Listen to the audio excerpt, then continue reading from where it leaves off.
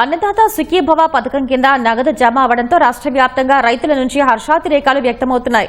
కోనసీమ జిల్లా పి గన్నవరం నుంచి అంబాజీపట్టి వరకు రైతులు భారీ ట్రాక్టర్ ర్యాలీ నిర్వహించారు. ఈ ర్యాలీలో పాల్గొన్న స్థానిక ఎమ్మెల్యే గిడ్డి సత్యనారాయణ కూటమి సర్కార్ రైతులకు అన్ని విధాలా అండగా నిలుస్తోందన్నారు.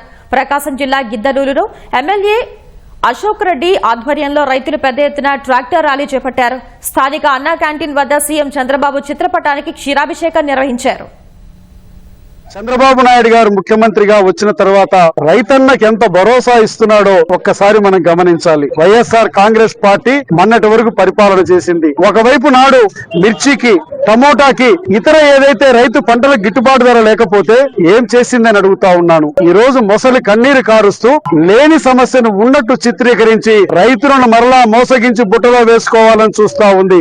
ఎన్డీఏ కూటమి ప్రభుత్వం చంద్రన్న అండ రైతన్నకు భరోసా ఈ రోజు ఉంది అనేటువంటి విషయాన్ని తెలియజేస్తూ వ్యవసాయాన్ని పండుగగా చేసే ప్రభుత్వం, రైతన్నకు అండగా ఉండేటువంటి ప్రభుత్వం